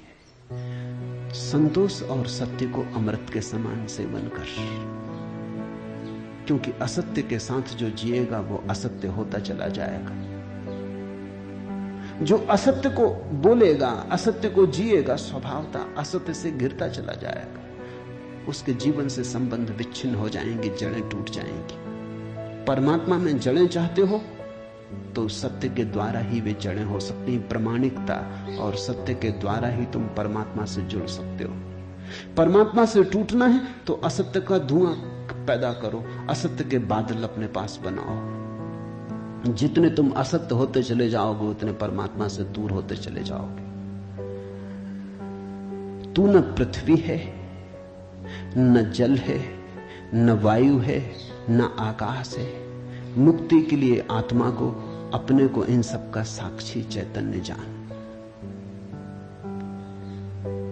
सीधी सीधी बातें, भूमिका भी नहीं। अभी दो वचन नहीं बोले अष्टावक्र ने कि ध्यान आ गया, कि समाधि की बात आ गई। जानने वाले के पास समाधि के अतिरिक्त और कुछ जताने को है भी नहीं। वो दो वचन भी बोले, क्योंकि एकदम से अगर समाधि की बात होगी तो शायद तुम चौंक ही जाओगे, समझ ही ना पाओगे। मगर दो वचन और सीधे समाधि की बात आ गई। अष्टावक्र 7 कदम भी नहीं चलते, बुद्ध तो 7 कदम चले, 8वें कदम पे समाधि है। अष्टावक्र तो पहला कदम ही समाधि का उठाते। तू न पृथ्वी है, न जल, न वायु, न आकाश। ऐसी प्रतीति में अपने को थिर कर। मुक्ति के लिए आत्मा को, अपने को, इन सब का साक्षी चैतन्य जान। साक्षी सूत्र है, इससे महत्वपूर्ण सूत्र और कोई भी नहीं। देखने वाले बनो, जो हो रहा है उसे होने दो, उसमें बाधा डालने की जरूरत नहीं। ये देह तो जल है, मिट्टी है, अग्नि है, आकाश है। तुम इसके भीतर तो वो दिए हो जिसमें ये सब जल, अग्नि, मिट्टी, आकाश, वायु प्रकाशित हो रही। तुम दृष्टा हो। इस बात को गहन करो। साक्षिणाम चिद्रूपम आत्मानम विद्धि। ये इस जगत में सर्वाधिक बहुमूल्य सूत्र है। साक्षी बनो। इसी से होगा ज्ञान, इसी से होगा वैराग्य, इसी से होगी मुक्ति। प्रश्न 3 थे, उत्तर 1 है। यदि तू देह को अपने से अलग कर और चैतन्य में विश्राम कर स्थित है तो तू अभी ही सुखी, शांत और बंध मुक्त हो जाएगा। इसलिए मैं कहता हूं यह जड़ मूल से क्रांति है। पतंजलि इतनी हिम्मत से नहीं कहते कि अभी ही। पतंजलि कहते हैं करो अभ्यास, यम नियम साधो, प्राणायाम प्रत्याहार आसन शुद्ध करो, जन्म जन्म लगेंगे तब सिद्धि है। महावीर कहते हैं पंच महाव्रत, और तब जन्म जन्म लगेंगे, तब होगी निर्जरा, तब कटेगा जाल कर्मों का। सुनो अष्टावक्र को, यदि देहम पृथकृत्य चित्ति विश्राम्य तिष्ठसि अधुनैव सुखी शांतो बंध मुक्तो भविष्यसि। अधुनैव, अभी, यहीं, इसी क्षण। यदि तू देह को अपने से अलग कर और चैतन्य में विश्राम कर स्थित है। अगर तूने एक बात देखनी शुरू कर दी कि ये देह मैं नहीं हूं, मैं करता और भोगता नहीं, ये जो देखने वाला मेरे भीतर छिपा है जो सब देखता है। बचपन था कभी तो बचपन देखा, फिर जवानी आई तो जवानी देखी, फिर बुढ़ापा आया तो बुढ़ापा देखा। बचपन नहीं रहा तो मैं बचपन तो नहीं हो सकता। आया और गया, मैं तो हूं। जवानी नहीं रही तो मैं जवानी तो नहीं हो सकता। आई और गई, मैं तो हूं। बुढ़ापा आया जा रहा है तो मैं बुढ़ापा नहीं हो सकता, क्योंकि जो आता है जाता है वो मैं कैसे हो सकता हूं। मैं तो सदा हूं। जिस पे बचपन आया, जिस पे जवानी आई, जिस पे बुढ़ापा आया, जिस पे हजार चीजें आई और गई, मैं वही शाश्वत हूं। स्टेशनों की तरह बदलती रहती बचपन, जवानी, बुढ़ापा, जन्म, यात्री चलता जाता। तुम स्टेशन के साथ अपने को एक तो नहीं समझ लेते। पूना की स्टेशन पर तुम ऐसा तो नहीं समझ लेते कि मैं पूना हूं। फिर पहुंचे मनमाड़ तो ऐसा तो नहीं समझ लेते कि मैं मनमाड़ हूं। तुम जानते हो कि पूना आई गई, मनमाड़ आया गया। तुम तो यात्री हो, तुम तो दृष्टा हो जिसने पूना देखी, पूना आई, जिसने मनमाड़ देखा, मनमाड़ आया। तुम तो देखने वाले हो। तो पहली बात,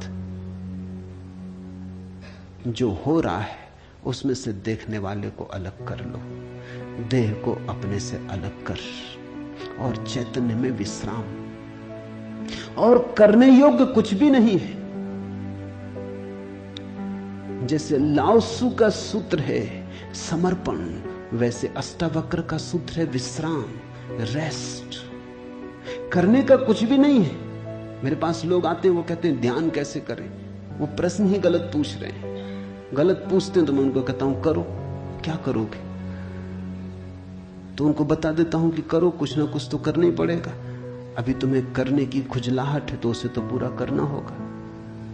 खुजली है तो क्या करोगे? बिना खुजाए नहीं बनता। लेकिन धीरे धीरे उनको करवा करवा के थका डालता हूं। फिर वो कहते हैं अब इससे छुटकारा दिलवाओ। अब कब तक ये करते रहे? उनको तो मैं तो पहले ही राजी था, लेकिन तुम्हें समझने में जरा देर लगी। अब विश्राम करो।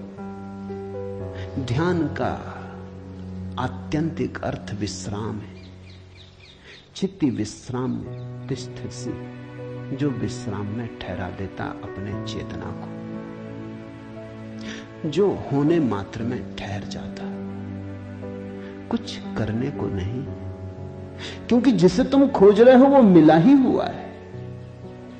क्योंकि जिसे तुम खोज रहे हो उसे कभी खोया ही नहीं। उसे खोया नहीं जा सकता, वही तुम्हारा स्वभाव है। अयम आत्मा ब्रह्म, तुम ब्रह्म हो, अनल हक, तुम सत्य हो। कहां खोजते हो? कहां भागे चले जाते हो?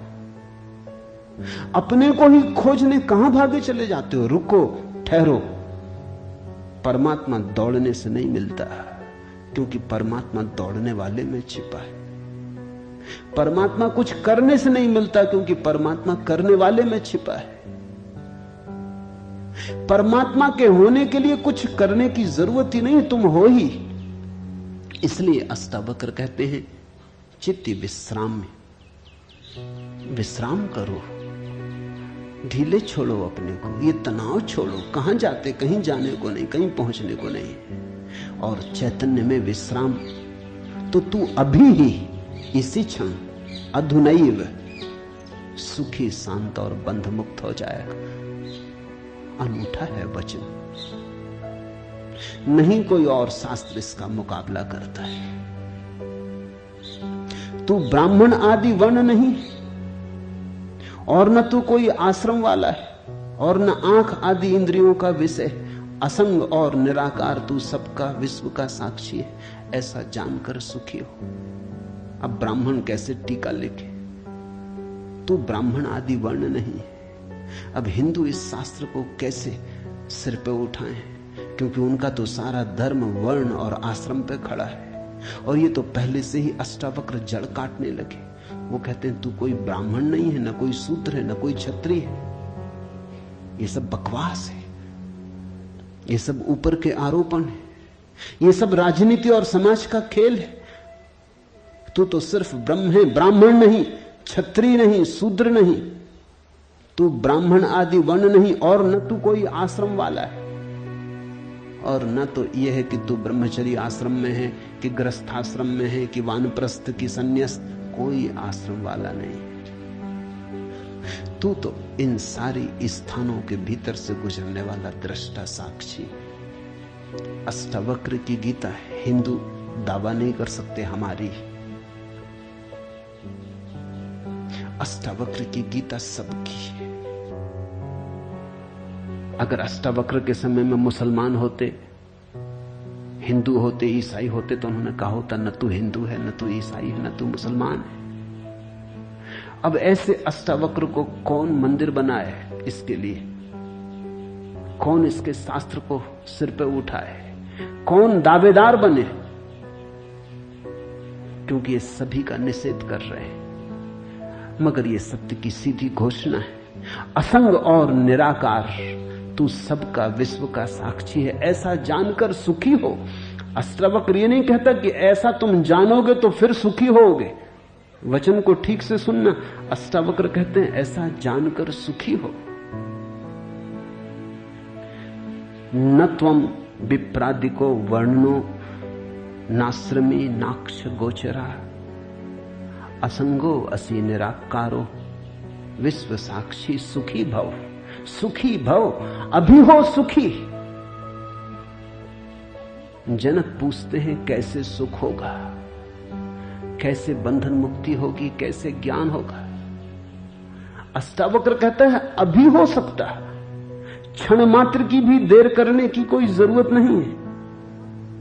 इसे कल पर छोड़ने का कोई कारण नहीं, स्थगित करने की कोई जरूरत नहीं। ये घटना भविष्य में नहीं घटती, या तो घटती है अभी या कभी नहीं घटती। जब घटती है तब अभी घटती है, क्योंकि अभी के अतिरिक्त कोई समय ही नहीं है। भविष्य कहां है? जब आता है तब अभी की तरह आता है। तो जो भी ज्ञान को उत्पन्न हुए हैं अभी उत्पन्न हुए। कभी पर मत छोड़ना, वो मन की चालाकी है। मन कहता है इतने जल्दी कैसे हो सकता है, तैयारी तो कर ले। मेरे पास लोग आते हैं, वो कहते हैं संन्यास लेना। लेंगे कभी, कभी कभी ना लोगे। कभी पर टाला तो सदा के लिए टाला, कभी आता ही नहीं।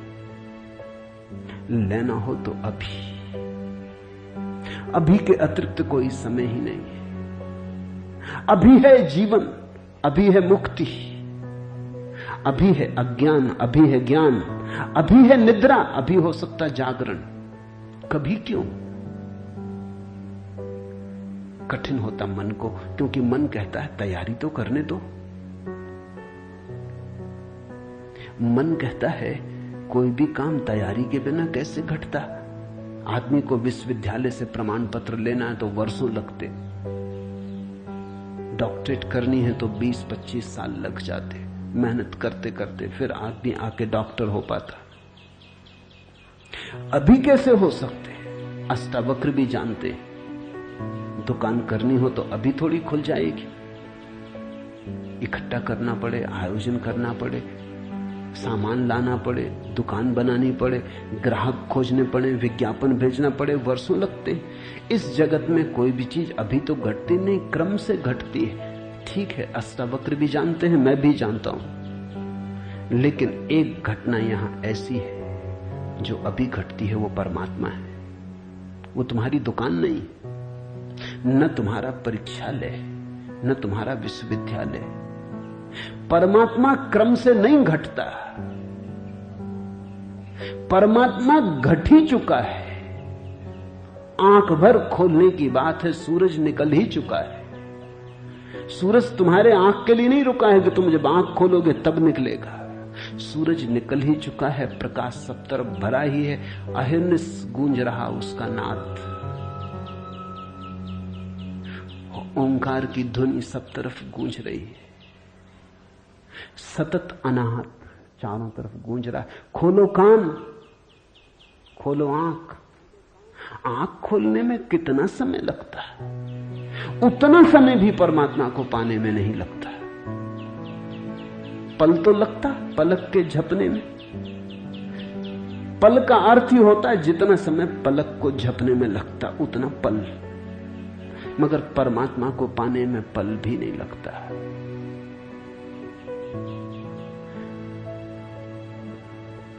विश्व साक्षी असंगो वसी निराकारो, सुखी भव, अभी हो सुखी। उधार नहीं है अष्टावक्र का धर्म, नगद, कैश।